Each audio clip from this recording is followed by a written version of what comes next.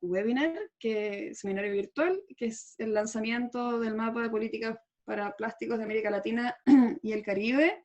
Yo soy Magdalena Donoso, soy coordinadora de Gaia para América Latina y voy a estar moderando este espacio donde vamos a estar Felipe Torres, quien va a hacer la presentación central, y yo en la moderación y una breve introducción que les quiero compartir.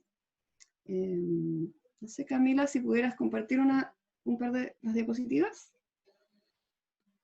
Bueno, quiero partir comentándoles que en términos más bien de prácticos, que esta moderación va a tener, o sea, este webinar va a tener 1 hora de duración. Vamos a partir con estos 5 minutos de introducción, alrededor de media hora de presentación de Felipe y 20 minutos para preguntas y comentarios. Les quiero recordar que para hacer las preguntas y sus comentarios deben usar la sección de preguntas y respuestas que dice Q&A en la banda inferior de la pantalla que ustedes están viendo en este minuto. Les pedimos por favor que las preguntas no las realicen a través del chat, sino que solamente a través de ese pequeño icono que van a ver ahí. Los micrófonos de todos van a estar silenciados, así que las preguntas tienen que ser realizadas en esa sección. En caso de tener algún problema técnico, les pedimos que escriban en el chat para recibir apoyo.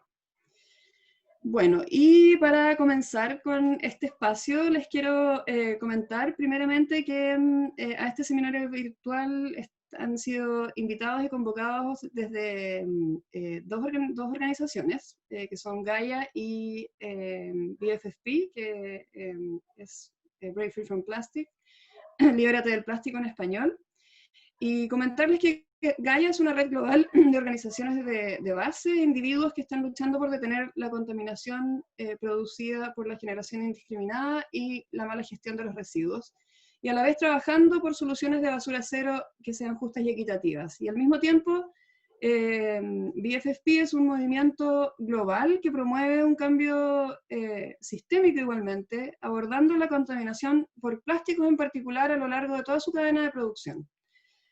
Concentrándonos en la prevención más que en la cura y aportando con soluciones efectivas. Y estas dos organizaciones, Gaia como alianza y Libérate del Plástico como movimiento, trabajan en forma conjunta en muchas de estas materias. Entonces, a modo de breve contexto, quiero comentarles sobre nuestro seminario de hoy. Quiero comentarles algunos breves datos que creo que pueden ser de interés para todos. Se sabe por cifras oficiales que alrededor de 40 millones de personas en nuestro continente no tienen acceso a la recolección de residuos. Y hace unos 2 años, cifras oficiales señalaban que 17.000 toneladas de plásticos diarios se destinan hoy día a basurales en la región, mientras que alrededor de 30.000 toneladas de residuos en general ni siquiera son recolectadas de manera alguna en América Latina y el Caribe. El plástico se ha convertido en este contexto en un enorme problema en toda su cadena de producción, desde la extracción de combustibles fósiles hasta su disposición final inadecuada. Y cientos de organizaciones y comunidades en el mundo se han concentrado en poner contenidos serios a propuestas de real solución al problema. Creemos que no hay argumento hoy día que sostenga que es bueno para la humanidad que la generación de plástico se duplique en los próximos 20 años, como se prevé más o menos que ocurrirá si no se hace nada al respecto. Y ya sabemos que en la situación actual, no más del 10% de los plásticos producidos en el mundo hasta hoy se han siquiera reciclado. Por lo tanto, ya es de conocimiento cierto común y estamos todos de acuerdo en que no basta con reciclar. El intenso trabajo que se ha realizado en los últimos años para poner este tema en el centro de la discusión se ha centrado en algunas líneas de acción.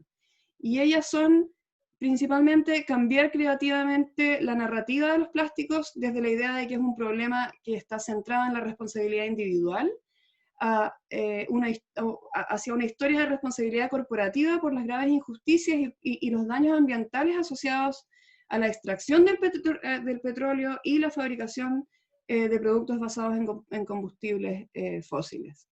Al mismo tiempo está la idea, ¿cierto?, de cambiar el comportamiento corporativo, exponiendo la enorme responsabilidad de las corporaciones en esta materia, y aportar con soluciones, ¿cierto?, que están principalmente orientadas a la construcción de ciudades basura cero, a la construcción de sistemas adecuados a cada realidad en conjunto con la comunidad, y donde todos se desarrollan, se desarrollan políticas para la prevención de los residuos, y los residuos que se generan son reintegrados al sistema y compostados. Y todo lo anterior no lo podemos hacer en forma aislada, ¿cierto? Entonces promovemos la creación de un movimiento global que esté interconectado contra los plásticos y por sistemas de basura cero, como una herramienta fundamental para el éxito de esta tarea. Y este trabajo tiene decenas de líneas de acción, y en este seminario lo que queremos es compartir con ustedes el estado de avance en América Latina y el Caribe respecto de una cuestión clave sobre la cual, como ciudadanos y ciudadanas, también podemos hacer mucho en términos de incidencia. ¿Y de qué estamos hablando? De las regulaciones relacionadas con los plásticos de un solo uso, que es la cuestión en la que Felipe va a abordar extensamente durante este espacio. Así que quiero presentarles a Felipe Torres. Felipe ha trabajado en los contenidos y mapas que les compartiremos hoy durante un buen tiempo ya. Felipe es colombiano y reside hace unos años en Sao Paulo.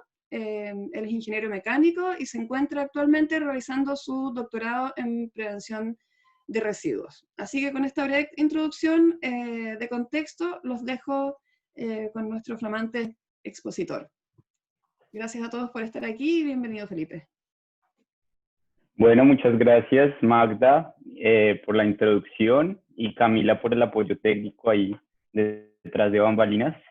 Muchas gracias también a todos los asistentes. Tenemos 50 participantes ahorita y eso ya supera todas nuestras expectativas, entonces muy contentos también por eso. Entonces vamos adelante con la presentación. Aquí. Porfa, me confirman si ya la están viendo. Sí. Listo. Entonces, bien, tenemos el lanzamiento del mapa de las políticas exclusivamente para plásticos aquí en la región de América Latina y el Caribe. Mi nombre es Felipe y estamos aquí trabajando en conjunto con estas dos instituciones que Magda ya presentó, que son Gaia y Break Free from Plastic. Entonces hoy rápidamente vamos a hacer un resumen aquí de un documento que sirvió como base para empezar y es un inventario global de estas políticas. Después vamos a ver cómo funciona el mapa, que estará abierto y accesible para todos y todas, resaltando algunos destaques en la región, también la relación con la responsabilidad extendida del productor. Veremos unas tendencias europeas y nuestras fortalezas. Entonces, comencemos. Como les decía, hay un documento que fue la base inicial para esto que nosotros estamos haciendo, que es como un observatorio de lo que está pasando en la región. Y este inventario, pues son 20 años de respuestas de los gobiernos al problema global de la polución por plásticos o la contaminación por plásticos. Fue hecho por este instituto en Australia y tiene más o menos 8 autores, entonces muchas gracias a ellos y a ellas. Ese documento es un resumen y aquí para nosotros va a estar disponible también en la página de Gaia y el link, un resumen en español de ese documento. Este documento tiene como 300 páginas y es un resumen de lo que está pasando en el mundo, entonces este que tenemos aquí es un resumen del resumen. Y algo del contenido que tenemos acá, vamos a verlo hoy. Si quieren profundizar un poquito en más detalle, el documento está abierto y aquí tenemos el documento original si alguien quiere llegar hasta allá. Este inventario es una síntesis de las respuestas políticas de los gobiernos al problema de contaminación y es un problema global, eso es muy importante, entonces está presente en todo el planeta.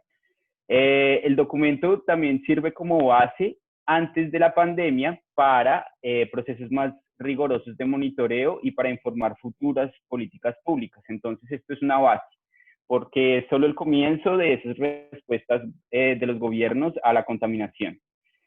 También incluye una base de datos que analiza el contenido de las políticas y señala recomendaciones para su efectividad. Entonces, esa parte de la efectividad es difícil de medir, pero entonces la literatura científica hace algunas recomendaciones. Entonces, esa sería la introducción.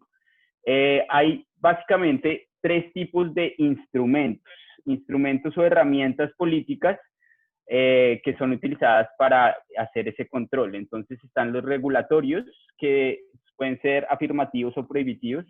Entonces nos están diciendo qué se puede hacer y qué no se puede hacer. Entonces hay muchos lugares en que ya están prohibiendo ciertos productos y ciertos materiales. Están los instrumentos económicos, que incluyen multas, incentivos y también los sistemas de retorno. Entonces yo devuelvo algún producto o embalaje y recibo un retorno, que es un incentivo. Y están los informativos, que incluyen la investigación, educación y también los sellos.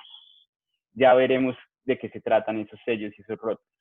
Pero en general, lo más recomendado es que haya paquetes de instrumentos, entonces que no venga uno solo, sino todos al mismo tiempo, para que sea un enfoque más holístico. Los resultados de este análisis, entonces, ellos analizaron más de casi 300 documentos en todo el mundo, y lo que vieron es que hay una tendencia a un aumento claro en el número de políticas para contrarrestar esta contaminación por plástico. El aumento en las regulaciones para bolsas específicamente es uno de los aspectos también más importantes de este inventario. Aquí ellos también analizan por niveles. Entonces tenemos tres niveles. Nivel global: no hay objetivos mesurables específicos obligatorios para reducir la contaminación por plásticos, o sea, no hay un acuerdo global todavía, pero hacia allá vamos, o es lo que queremos también proponer y fomentar. A nivel regional, esencialmente es un fenómeno europeo, entonces acá por eso pusimos a Europa, con más del 62% de las políticas regionales. Otra cosa es a nivel nacional. Entonces, a nivel nacional aumentaron las políticas, sobre todo para las bolsas, y el instrumento más utilizado es la prohibición, o sea, un instrumento regulatorio. También tenemos niveles subnacionales, que son los niveles municipales, y esos todavía no fueron considerados porque pues, se hace más específico y exhaustivo. Bueno, de los resultados también destacamos que solamente 18 políticas de prohibición incluyen también un instrumento informativo o de educación ambiental. Entonces, es esa parte de que los instrumentos tienen que ser integrados. Hay una tendencia a que las políticas cada vez sean más específicas, van directo al punto y se hacen más complejas, enfocándose en los tipos de contaminantes en vez de solamente en plásticos en general. Sabemos que hay un universo de plásticos con diferentes recetas, aditivos, y que es un concepto muy amplio. Entonces, por eso es importante que cada vez sean más específicas. Otra cosa que se destaca es que en cualquier nivel hay pocas respuestas a la contaminación por microplásticos. Un ejemplo de estas regulaciones es, por ejemplo, la prohibición de la manufactura o producción de cosméticos, que ya están prohibidos en otras regiones, entonces también pues ese ejemplo sí se puede seguir. Bueno, y estas políticas funcionan, lo que hablábamos de la efectividad. Entonces, lo que nos dice ese documento que sirvió de base es que hay una laguna literaria sobre eso. No es fácil de medir, y especialmente para América Latina no se han encontrado mediciones de la efectividad de las políticas.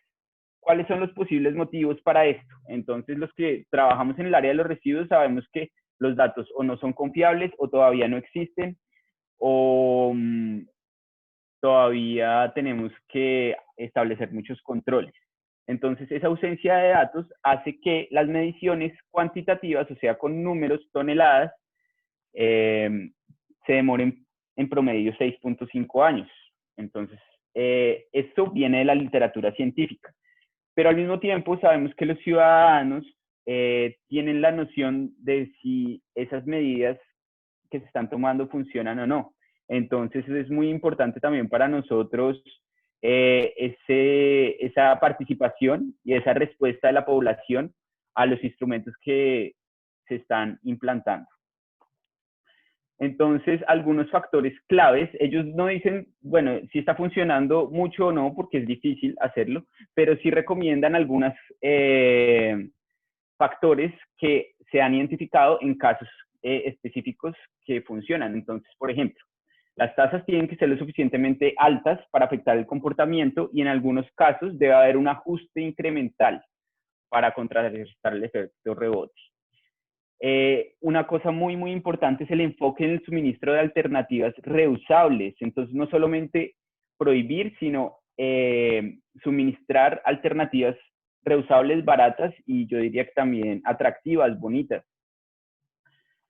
Y también, muy importante, esa parte de la sensibilización, la información y que sea una cosa constante, que no sea solo un día una propaganda, sino eso tiene que estar presente siempre para integrar esos instrumentos y que realmente sean eficientes. Otras recomendaciones dicen que aquí, a partir de aquí, haciendo un paréntesis, entran recomendaciones también de otros documentos que consultamos. Al final de la presentación están las referencias bibliográficas. Entonces también hicimos ahí como un paquete de recomendaciones basándonos en esa literatura. No existe una solución mágica o propuesta única para resolver efectivamente este problema. Por lo tanto, se necesita la integración de todos los enfoques en múltiples niveles. Hablábamos de los niveles nacional, regional, global, municipal, y a través de todas las etapas del ciclo de vida. Entonces, no es solamente las soluciones de fin de tubo, sino también desde la concepción de los productos, especialmente los plásticos y especialmente los de un solo uso. Entonces, también se recomienda aumentar el uso de instrumentos informativos. Y bueno, lo que estamos haciendo acá también es eso, informarnos sobre qué es lo que está pasando. Se hace un llamado urgente a un acuerdo global obligatorio. En esto hay un consenso en la comunidad científica de que es necesario a que exista este acuerdo global con metas establecidas para reducir las fuentes terrestres por la contaminación plástica. También nosotros queremos resaltar, evitar las falsas soluciones como la incineración, la gasificación y la pirólisis. Estas dos últimas son el reciclaje químico, que nos muestran todo así muy verde, sostenible, pero el problema nos está atacando en la fuente. Entonces, igual tienen emisiones y aspectos negativos para el medio ambiente. Implementar políticas, también es importante que estas políticas respondan al vínculo entre los plásticos y el cambio climático. Tiene muchísimo que ver porque están bastante ligados a la industria petroquímica, están bastante ligados a los combustibles fósiles y eso también está bastante ligado a la quema de los plásticos por su alto poder calorífico. Entonces, es muy importante tener en cuenta esa relación y tener siempre en cuenta también los principios que se están estableciendo en la Convención de Basilea sobre el control de movimientos transfronterizos de desechos. Sabemos que hay países de primer mundo o del norte global que envían sus residuos al sur global. Entonces también necesita control. Y la cuestión del downcycling que Magdalena colocaba al principio, sabemos que el reciclaje no puede ser la esperanza para la solución del problema. Entonces existe una idea equivocada de que simplemente con que todo se recicle, pues ya estamos en la economía circular y todo está muy bien, pero no. Como son tantos plásticos, pues no es tan fácil esa cuestión del reciclaje y necesitamos también reducir. Bueno, ya casi estamos acabando esta parte teórica que es como la más densa de la presentación y pues ellos también nos dejan algunas observaciones como pues que dependemos de los contextos, a pesar de que queremos una cosa global y regional también, cada técnica varía de país a país y yo diría que de barrio a barrio, casi de casa a casa, y las legislaciones de carácter abierto no funcionan, no limitan las acciones, cuando no hay un responsable específico pues nadie responde y una parte importante de los esfuerzos para regular plásticos de un solo uso diferentes a las bolsas plásticas, que esto es solo el comienzo, se vienen impulsando desde los niveles subnacionales, o sea, en las ciudades y municipios. A veces municipios pequeños también nos dan muchísimo ejemplo. Y bueno, entonces llegamos acá al plato fuerte de la presentación. Entonces, este link va a quedar disponible tanto en el email de ustedes como en la página de Gaia, y la idea es que sea una construcción participativa. Los datos que sirvieron para esta construcción inicial del inventario de las políticas vienen del documento que les mencioné al principio, vienen de otros documentos, y queremos que vengan también de las personas que están atentas a esos procesos de cada región. Entonces, la idea es que construyamos este mapa y le hagamos un seguimiento colectivamente, porque como queremos resaltar aquí, es solo el comienzo de esas respuestas. Un momentico mientras carga. Entonces, bueno, el mapa tiene un código de colores, como estamos viendo aquí. Y el internet no colabora. Ya. Entonces, tenemos el código de colores. Hay unos que están más verdecitos, otros rojitos. Entonces, los que están rojitos no tienen políticas nacionales. Importante eso. Entonces, vamos a trabajar con nivel nacional.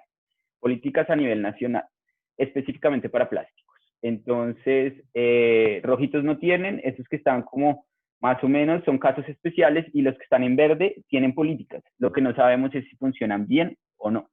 Entonces, acá tienen los países listados con esos códigos de colores. También tenemos aquí algunos links importantes. Y, por ejemplo, entonces hacemos clic aquí en Chile. Está como lento el internet un poquito. Y esta información va a estar disponible para todos los países en el mismo orden. Entonces, el nombre, los años en los que fueron implantadas estas leyes. En el caso de Chile, esta ley está siendo actualizada recientemente y incluye un paquete de instrumentos. Entonces, miren, tenemos la regulación, el económico y el informativo. Prohíbe, tiene definiciones, estamos bastante específica, tiene la parte de las multas, tiene también propia página web, y acá tenemos el acceso a esas informaciones. Por ejemplo, en el caso de Argentina, no hay una ley nacional específica para plásticos, pero hay 13 municipios que tienen regulaciones. Entonces, eso también nos parece importante destacar. También los tipos de plásticos, entonces bolsas plásticas y sorbetes. Brasil es otro territorio, pues, que realmente cada departamento o estado de Brasil es como del tamaño de un país. Entonces, por ejemplo, en 2017 encontramos un documento que reporta que 13 de las 27 capitales tienen leyes aprobadas para limitar el uso del plástico. Entonces, por eso es importante, pero aún no tiene una cuestión nacional. ¿Qué más querías mostrarles? Pues no vamos a quedarnos tanto tiempo acá en el mapa, porque la idea es que quede disponible y después ustedes entren con tiempo para revisar, comparar, actualizar. Otro caso que quería mostrar aquí rápidamente es Colombia. Tenemos el paquete de los instrumentos, tenemos definiciones, y hay una cosa que me llama mucho la atención acá, que es que tenemos las normas. Entonces también nos dicen con normas y estándares qué sí es biodegradable, qué es compostable. Entonces, lo que hablamos de que cada vez son más específicos. Quería destacar también aquí los chiquitos. Por ejemplo, Jamaica, que no habla español, no es latina por ese lado, pero pues por donde queda, obviamente, la incluimos. Y ellos están prohibiendo también aquí contenedores de icopor, entonces ya es otro material. Y estos islas pues nos llama la atención porque son como un reflejo de lo que puede estar pasando más adelante en territorios más grandes, y ellos ya están como más adelante porque pues el tema de la basura cada vez es más evidente.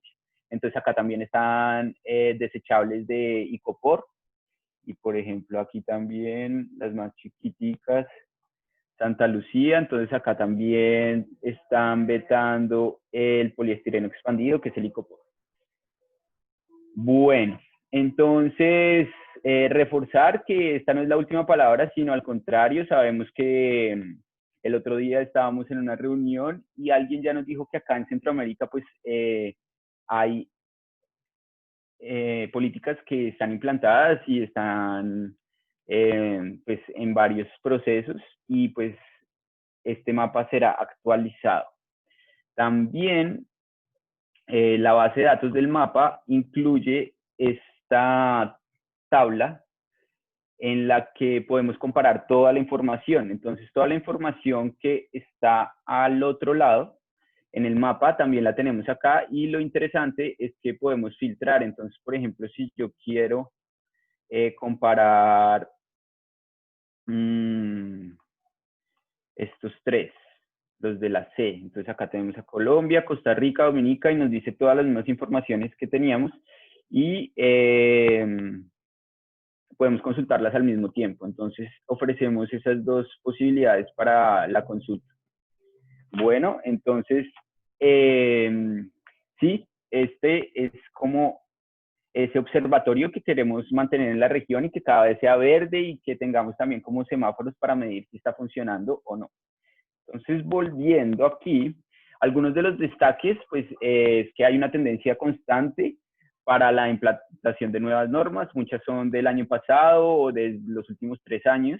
Las políticas en general usan instrumentos regulatorios para prohibir las bolsas plásticas, y muchas no incluyen paquetes, entonces es una debilidad. Otra debilidad es que no hay nada a nivel nacional para los microplásticos. Destacamos también los casos de prohibición de poliestireno expandido de estos territorios, las políticas de Colombia, como les mostré, que están bastante específicas, y el caso de Brasil, con sus 13 capitales. Pero la verdad es que estamos buscando también ejemplos destacados, entonces especialmente aquellos ejemplos que no abarquen solamente las bolsas plásticas, sino también abarquen otros elementos. Entonces estamos buscando, y en la página y en los emails que van a recibir también van a recibir 2 formularios. Uno es si conocen, por ejemplo, una política nacional en México que está funcionando muy bien, entonces está eso para actualizar el mapa. Y otro, ejemplos pueden ser de territorios pequeños de prohibición de otros tipos de plásticos de un solo uso, que no sean solo bolsas. Bueno, hasta aquí entonces esa cuestión del mapa, y queríamos resaltar pues la relación muy importante de esos instrumentos específicamente para plásticos con lo que se llama de la responsabilidad extendida del productor, que esto es otro instrumento, pero pues ya abarca a todos los productos, no solamente los plásticos, y es la responsabilidad de los productores en la etapa post-consumo. Entonces no solamente ellos son responsables por llevar el producto hasta las tiendas o nuestras mesas, sino qué pasa después. Entonces esto los obliga a que participen tanto en la prevención como en la gestión de los residuos generados por sus productos. Y esto está bastante relacionado con los sistemas de certificación, que son rótulos. Entonces, a través de esos sistemas, los productores indican que pagaron la tasa para participar de la gestión de los residuos. Aquí les dejamos un link de un reporte global sobre esos rótulos y la comunicación en los empaques plásticos. Hay rótulos que son más fuertes que otros, porque también está la cuestión del greenwashing, que nos dicen que todo está muy bien, pero en realidad no. En el plástico todos nos dicen que es reciclable, pero lo que se recicla de verdad es muy diferente. Entonces también aquí con estos rótulos hay cierta tendencia a que muchos pueden ser engañosos o no, pero bueno, esa es la forma de vincular esa responsabilidad extendida del productor. Sabemos que en la región, estos países, Argentina, Chile, Costa Rica, Brasil, cuentan con regulaciones que indican la responsabilidad extendida o compartida. También hay diferencias, pero la verdad es que ninguno ha logrado un estado avanzado de implementación. Entonces, están en el papel. Por ejemplo, en Brasil esa ley fue aprobada hace 10 años y hoy en día todavía se está discutiendo muchos aspectos importantes porque no avanza. Entonces, por ejemplo, en algunos pasos, países, cada país tiene su propia versión y a veces no es extendida, sino compartida, y eso cambia bastante. Entonces, eso dejan abierto quién y cómo debe responder. Entonces, tenemos esa necesidad de que sea claro y que haya sistemas también de control y monitoreamiento. Aquí también les dejamos otro link si quieren saber más. Hay un seminario virtual que hizo BET de Brasil y está disponible para todos. Entonces nosotros aquí quisimos ser un poco atrevidos y proponer la necesidad de una normativa regional vinculante y con umbrales mínimos para el desarrollo de este principio en la región. Entonces un ejemplo de eso es en Europa la directiva de 2008 sobre residuos. Entonces creemos que es importante que nos unamos para hacer frente a los actores que están presentes en la región y que ellos tienen planes. Entonces ellos tienen planes en nuestra región y saben cómo comportarse aquí, saben que en Europa los dejan hacer algunas cosas y otras no, y que aquí los dejamos hacer otras cosas. Entonces pues ellos vienen felices a dejarnos todos los residuos de los productos que colocan en el mercado, pero a la hora de responder pues no responden porque se aprovechan de que nuestras normas pues no son lo suficientemente sólidas y maduras todavía. Entonces, una cosa especial de nuestra región y de esa normativa regional es la inclusión y la participación efectiva y remunerada de las asociaciones de recicladores y las cooperativas de recicladores y catadores, como les decimos en portugués, catadoras y catadores, en la cadena de la recuperación y la valorización. Entonces, no solamente necesitamos algo regional, sino que incluya nuestras características específicas. Bueno, esa es una propuesta que estamos haciendo aquí. No salió de los documentos que mencioné al principio, sino es algo que nosotros creemos que es una tendencia y una necesidad regional. Bueno, pasando a las tendencias europeas, tenemos aquí un documento hecho por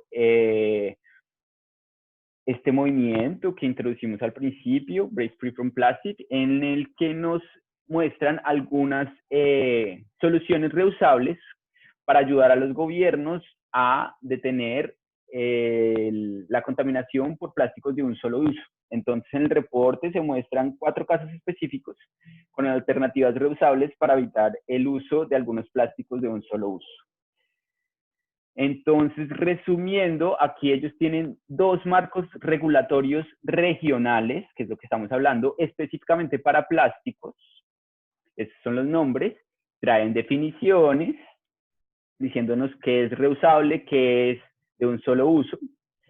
Y aquí hay 4 casos. Yo no traduje esta diapositiva porque me dio pereza, no mentira. También porque muestra algunas cosas bastante bien resumidas. Entonces los 4 casos son vasos, recipientes para comida, botellas para bebidas y cubiertos y platos desechables. Entonces aquí tenemos fecha, que es la meta, tipo de material, EPS es poliestireno expandido o icopor, y tipo de instrumento. Entonces miren, en un reglón ahí tenemos todo eso. Acá también para 2021 quieren evitar el icopor, qué pena.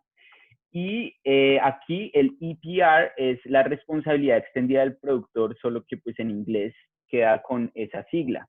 Entonces estamos hablando de prohibiciones, instrumentos con metas, definiciones, y estamos hablando también de reducciones con responsabilidad. Aquí para estas la opción es volver al vidrio y también que las botellas que salgan al mercado tengan un contenido mínimo de reciclado. Bueno, entonces también los años y acá van a haber restricciones al mercado.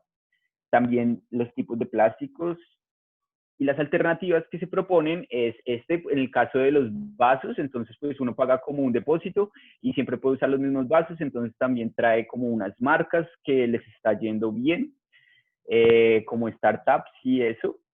Este es una alternativa de entrega de comida que está funcionando en el Reino Unido, en Londres y en la India, entonces tiene como eso que me pareció chévere, que es tanto en el primer mundo como en latitudes que tienen otros sistemas mucho más informales. Aquí este es el caso de las botellas de leche, que son botellas de 3 litros y tenemos un sistema de depósito y de retorno. Entonces, cuando uno pone la botella, pues le devuelve el dinero y ahí pues, las botellas son reusadas infinitas veces o muchísimas veces porque ese material lo permite. Y para los platos y los cubiertos lo que están haciendo es lavar la loza. Entonces, resumiendo, importante reusar y lavar la loza. Esas dos cosas son muy importantes para evitar el uso irresponsable de los plásticos de un solo uso.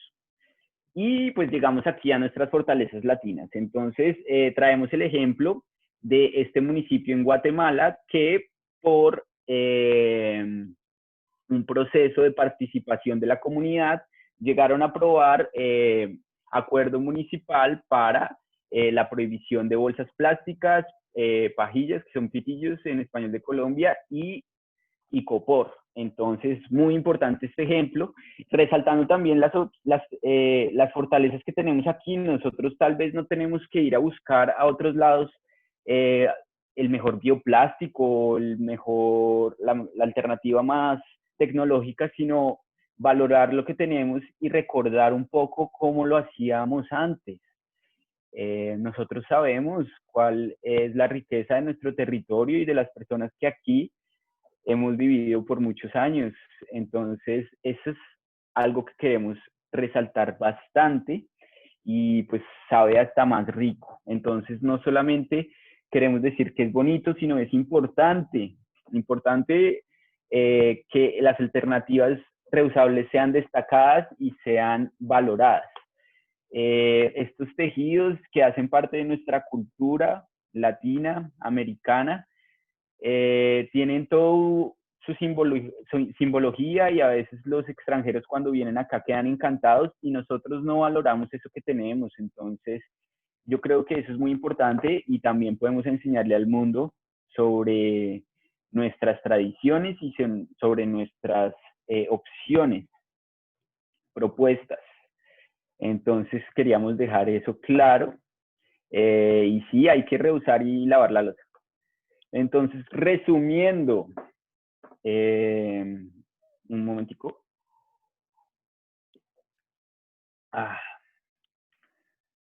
Los paquetes de instrumentos. Entonces, los instrumentos no vienen solos. Es importante que vengan en un paquete. Entonces, prohibir, informar y que tenga multas, incentivos. Y yo aquí también me atreví con el equipo de trabajo que tenemos a la cuestión de la participación, tanto para la formulación de propuestas de leyes como para el control. Entonces, esa parte del control es bien importante porque es difícil rastrear la basura, los residuos, es difícil tener sistemas de monitoramiento y hay casos en los que la comunidad también está muy interesada y puede participar en ese control. Ya que estamos todos conectados a través de las pantallas, también podemos aprovechar esos instrumentos, esas herramientas que la tecnología nos brinda para acelerar estos procesos de cambio. Tenemos que cambiar el sistema productivo, también tenemos que cambiar nuestras costumbres, recordar lo que hacíamos antes y cómo lo hacíamos y obligar a los productores a que realmente sean responsables, porque sabemos que solo con sus buenas intenciones no es suficiente. No es suficiente con el reciclaje tampoco. Y para que esto suceda necesitamos de estos instrumentos y estas normas. Entonces es muy importante la participación también. ¿Cómo luce una política para plásticos? Después de hacer como este recorrido por esos documentos y ver cómo está la situación tanto aquí en otros lados, pues ya fuimos entendiendo cómo debe lucir y cuáles son los elementos de una política para plásticos. Entonces, además de los paquetes, necesitamos metas, necesitamos métodos transparentes de monitoramiento, control y seguimiento. Entonces, tanto saber dónde está y que haya entidades de fiscalización. Eso no es de un día, sino tiene que ser una cosa constante, permanente y de aquí para adelante. Definiciones claras, incluyendo cuáles son los tipos de plástico, las familias de productos y incluyendo normas técnicas, entre otros datos. Hablábamos de las tasas suficientemente altas, un enfoque también en el suministro de alternativas reusables, entonces no se trata solamente de prohibir, también de dar alternativas que funcionen y la sensibilización pública. Para terminar, como estamos de tiempo, bueno, me rindió, creo. Para terminar, pues traje aquí este slide que muestra un poco esa cuestión de los actores y de la región. Entonces tenemos actores que están presentes en todo el mundo, que tienen poder económico muchas veces mayor al poder de un país entero y que ellos tienen planes. Los planes de la industria petroquímica es doblar, como Magdalena lo dijo, su producción. Entonces ellos no están pensando en reducir ni dejar de producir, sino al contrario, son un negocio y su lógica funciona para aumentar tanto la producción como el lucro. Entonces necesitamos tomar acciones, ya que sabemos cómo ellos piensan, por más de que nos digan que Papá Noel es el que se inventó la Navidad, sabemos que sus intenciones son un poquito diferentes y que están llenándonos con la oferta de productos a un precio muy bajo, sin incluir el precio del daño ambiental que estamos haciendo. Entonces nosotros estamos con, necesitamos cerrar aquí un poco esto. No estamos diciendo que no va a haber más plástico nunca, sino que existen plásticos que no son indispensables y que esos plásticos son usados de forma irresponsable. Por lo tanto, las soluciones de fin de tubo aquí, por más de que los animales nos quieran ayudar y que queramos limpiar, esas soluciones no son soluciones, de hecho. Son una forma de gestionar un problema, pero no es una solución. La verdad es que es necesario tomar acciones durante todo el ciclo de vida de los productos y especialmente de estos plásticos de un solo uso, pero pues esto es solo el comienzo y también tenemos que enfrentar esa lógica de la obsolescencia programada y todo lo que viene detrás de eso, contando con carros, electrodomésticos, celulares, están llenos de plástico también y cómo vamos a gestionar eso. Entonces tiene que cambiar todo. Pero bueno, esto es un comienzo, como digo, desde el principio, y necesitamos acuerdos globales porque estos actores están en todo el globo también y ellos tienen planes y estrategias, entonces nosotros también tenemos que hacerlo de una forma organizada, con el enfoque de prevención y regulación. Entonces, quedó toda rayada la presentación, pero se las vamos a mandar limpiecita. Muchísimas gracias por su atención, por su tiempo. Aquí muchas gracias también a estas instituciones. Les dejo mi correo. También estarán los links y los formularios. Y antes de pasar a las preguntas, nosotros vamos a preguntarles una cosita. Vamos a hacer una rápida encuesta. No sé muy bien cómo funciona esta parte porque estamos estrenando ya. Entonces, rápidamente, por favor, si pueden llenar esta encuesta, nos ayudarían muchísimo. Y gracias de nuevo.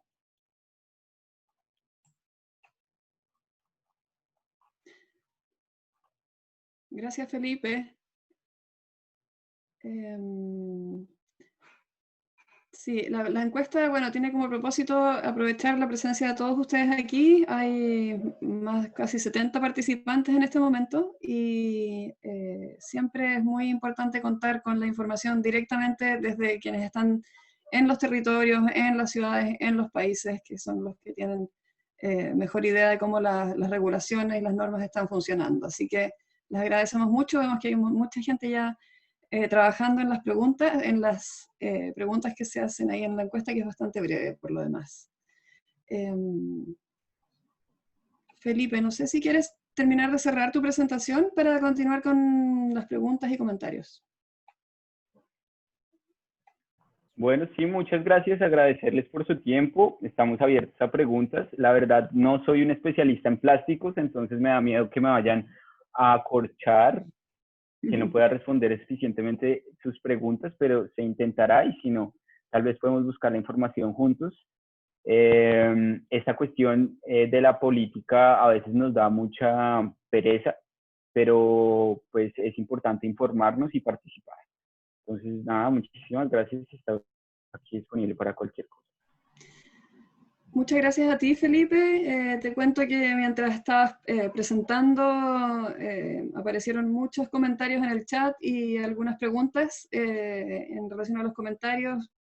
Agradecemos mucho sus buenas, sus comentarios positivos. La gente, todos están muy encantados con toda la información que has compartido, Felipe, y con todo el análisis también asociado, que creo que también es súper relevante a la hora de definir cómo las normas que estamos definiendo y en las que estamos avanzando efectivamente se están cumpliendo, ¿no?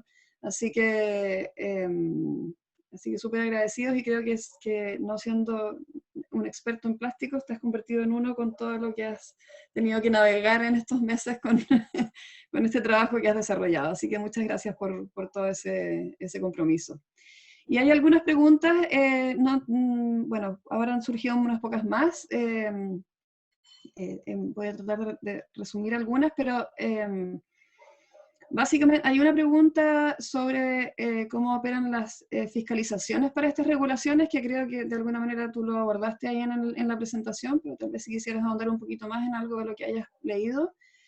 Dice, hay información, pregunta de Javier García, sobre cómo operan las fiscalizaciones para estas regulaciones, a pesar que las bolsas están prohibidas, sigo recibiendo artículos en bolsas plásticas en comercios de barrio, feria libre y en delivery. Y me imagino que eso es algo extrapolable a otras ciudades y países. No sé si tienes algún comentario al respecto. Sí, pues la verdad es muy difícil, entonces por eso depende de cada región. Me parece que algo que se puede destacar es que podemos participar en ese monitoreamiento, es que en portugués es parecida la palabra. Y hay formas que lo hacen como por cada venta, entonces controlando la venta de las bolsas, cada comercio tiene que reportar cuánto es y cuántas son las tasas. Entonces ahí crea todo un sistema que tiene que ir junto con los otros sistemas que ya existen de regulación.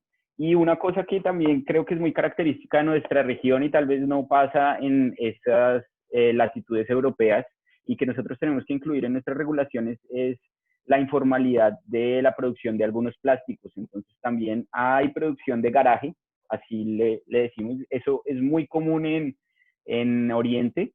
Entonces acá también hay muchos productores y también hasta recicladores, porque pues el plástico se presta para eso. Para hacer la manufactura del vidrio se necesitan otras condiciones, pero para el plástico entonces, por la existencia de esa informalidad, también es muy difícil controlar cuántas bolsas salen al mercado. Por ejemplo, el icopor. Uno va a un restaurante y en la misma cuadra, en la misma calle, cada restaurante puede estar utilizando diferentes proveedores informales o no de esos materiales que no están siendo regulados. Entonces, la verdad es que hay muchísimo que avanzar todavía, esto es solo el comienzo y es urgente.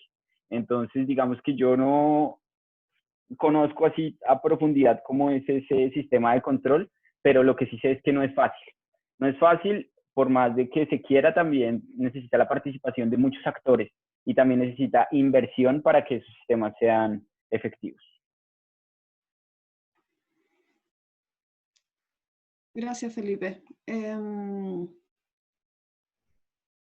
Hay una pregunta en relación a las fortalezas latinas a las que hiciste referencia, Felipe. Dice si hay alguna información u observación o dentro de las cosas que tú también investigaste en cuanto al posible riesgo de explotación de los materiales naturales usados en dichas alternativas.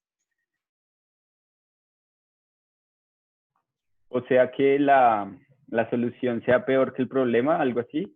Claro, eso creo que es Sí, pues es que también ese es el problema con las alternativas mágicas, entonces por eso algo así tiene que pasar por muchas pruebas, porque a veces algo que se ve muy bonito y novedoso es lo que está escondiendo, por ejemplo, emisiones, energía en su producción. Pero pues básicamente es importante que sea compostable y que realmente sea biodegradable, porque todos los bioplásticos que están saliendo, no, que sea bioplástico no quiere decir que sea biodegradable. Y pues sí, porque si entonces vamos a tumbar la selva para plantar soya y de ahí vamos a sacar un plástico, pues igual también estamos teniendo un impacto que es negativo. Entonces, por eso insistimos, o pues yo quise insistir en esa parte del cambio de comportamiento. Vamos a regular la producción, pero también a veces no necesitamos tantas bolsas y podemos lavar la loza. Gracias, Felipe. Otra pregunta que está en una línea asociada, digamos, y creo que puede ser interesante tener tus comentarios. Dice, ¿qué iniciativas hay contra la venta y o consumo de agua en botellas plásticas? Al menos en Chile el agua en botella es 500 veces más cara, 500, no 50 ni 5 veces, que el agua de la llave y no es mejor que ella. Yo no soy experto en eso, pero sí he pensado bastante en eso, así como que podemos hacer. Creo que una alternativa importante es como ofrecer el rellenado de las botellas. Entonces acá les dicen los bebedores en Brasil, y también como hace tanto calor hay bastantes. Entonces uno puede ir con su botella, y si uno tiene su botella, en muchos lugares puede. Entonces, por ejemplo, obligar con una ley a que los supermercados ofrezcan ese tipo de facilidades. Y el precio también va por ahí. Entonces, que esas botellas traigan el precio real, porque la verdad el precio no está internalizando los impactos del medio ambiente. Entonces, creo que esa sería una. Y pues podría haber un sistema de botellas que sean reusables. Entonces, uno pagar un depósito y después deja la botella con el sistema de logística inversa, y ellos verán. Entonces también puede funcionar.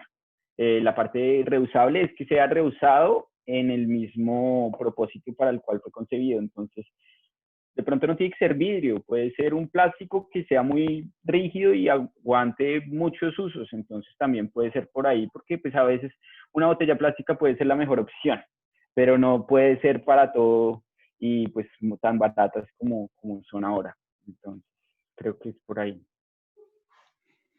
Gracias, Felipe. Sí, y bueno, hay experiencias en esa línea en algunos países de los que se pueden sacar ejemplos. En California hay algunas iniciativas en la línea de prohibir las botellas plásticas pequeñas y para el consumo de agua, y bueno, las comunidades se ajustan a esos cambios mucho más rápidamente de lo que uno se imagina. Hay una pregunta relacionada porque hiciste bastante referencia a las leyes de responsabilidad extendida del productor y cómo están siendo desarrolladas aquí en la región. Y pregunta Marisa, se puede incluir a los recicladores dentro de la red cuando esta es una obligación privada y corporativa? Y bueno, creo que Colombia, Brasil son casos bastante emblemáticos respecto de eso, y tal vez nos puedas contar un poquito al respecto. Pues es muy importante esa parte.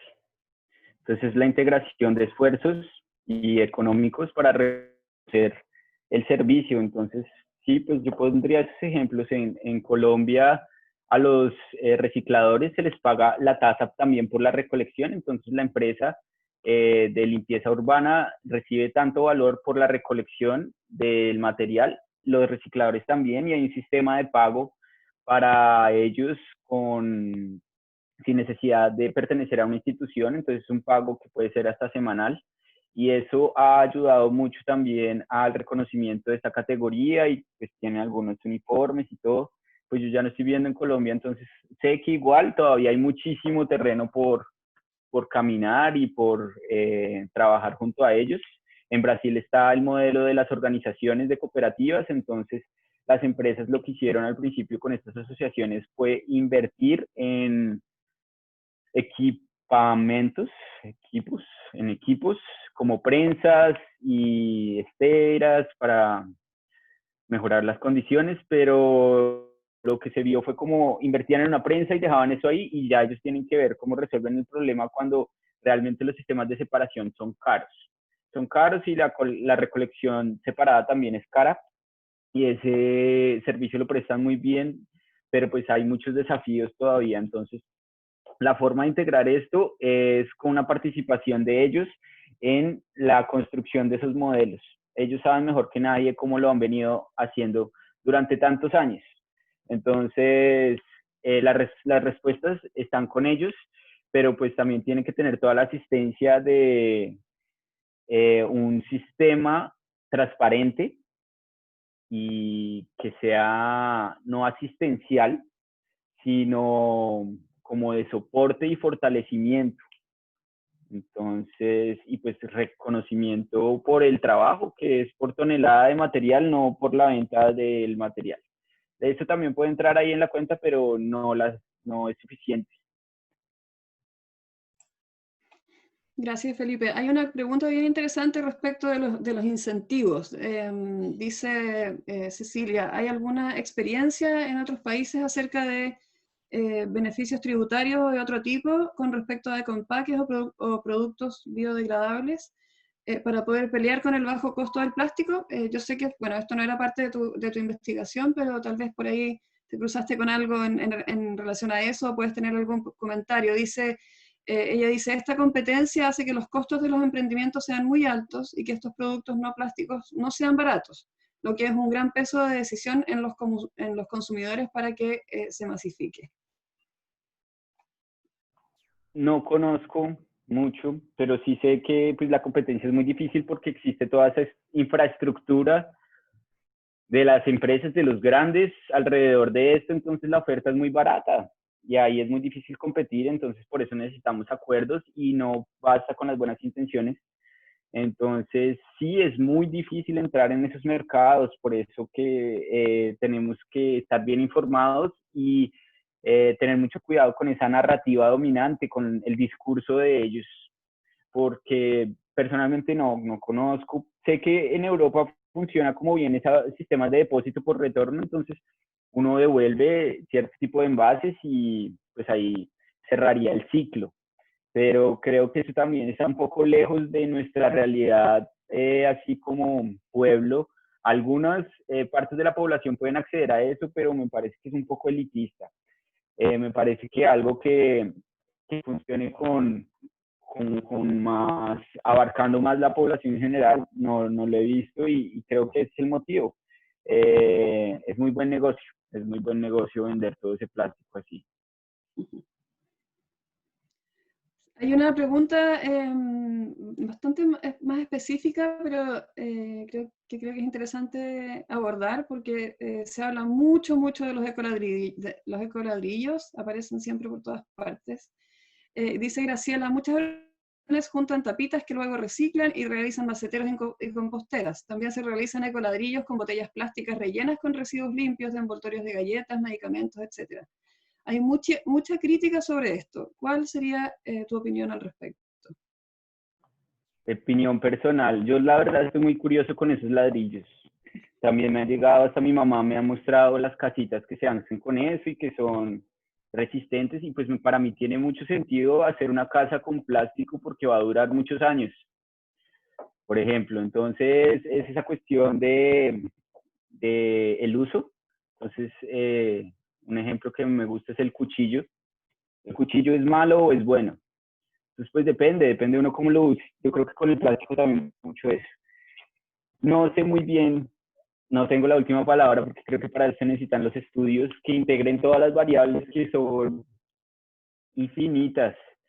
Entonces también me gustaría saber más sobre esas iniciativas y por esos ejemplos también para ver qué funciona.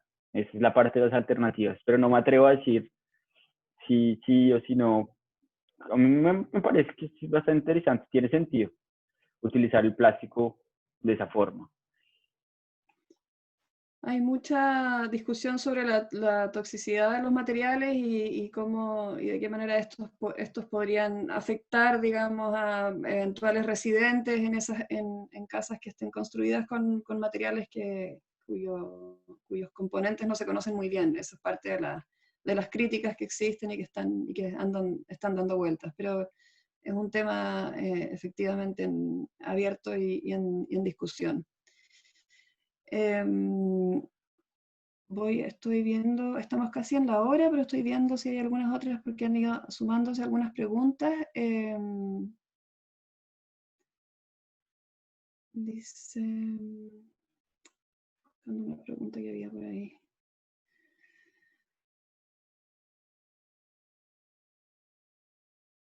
Dice, esta es una pregunta que creo que puede ser interesante. ¿En qué áreas de producción, industrias, podría ocurrir la eliminación total o parcial del uso de plásticos, además de la alimentaria?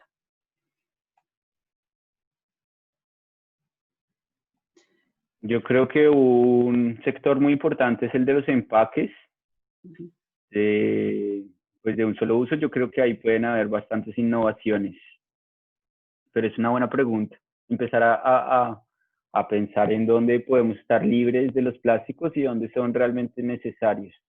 No tengo una respuesta definitiva, pero pues me parece que un sector, el de los empaques, tanto de alimentos como pues de todas las entregas que ahora están mucho más presentes en nuestro cotidiano con las nuevas realidades. Pero no sé. Sí. Ok, muy bien. Muchas gracias, Felipe. Te hemos estado hasta el infinito en esta hora de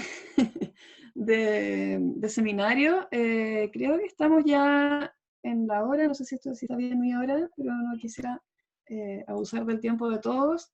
Y agradecerles a todos y a todas por estar presentes en este seminario. Esperamos que haya sido de utilidad para todos y todas ustedes. Toda esta información va a estar disponible para quienes se hayan inscrito, les va a llegar directamente a sus correos electrónicos y también va a estar disponible en la página web de Gaia. Creo que Camila ya ha estado entregando algunas informaciones ahí en el chat, así que sin más que decir, simplemente, bueno, la grabación también va a estar disponible, la grabación completa de este seminario, y invitarles a que se mantengan atentos a los otros espacios que estamos organizando para poder compartir con ustedes las informaciones que desde Gaia manejamos y desde el movimiento Libérate del Plástico manejamos respecto de los plásticos y de muchas otras materias vinculadas con el apasionante tema de los residuos y las formas de solución definitiva a todos los problemas asociados a esta situación. Así que nuevamente, Felipe, te damos las gracias por tu tremendo trabajo, por esta presentación que creo que fue muy clara y muy ilustrativa de lo que está sucediendo en la región. Y a todos y todas ustedes por apoyar con información en la encuesta que les hicimos y cualquier otra información que ustedes creen que pueda ser relevante y que pudiéramos agregar al mapa, será súper bienvenida. Les invitamos a que nos escriban para compartirlas, porque definitivamente las mejores informaciones son las que vienen de quienes están en los países, en los territorios trabajando. Así que, bueno, dicho eso, me despido de todos y todas ustedes, en nombre de Felipe también y de Camila, que estuvo ahí tras bambalinas con toda la cuestión, soporte técnico. Un abrazo. Gracias.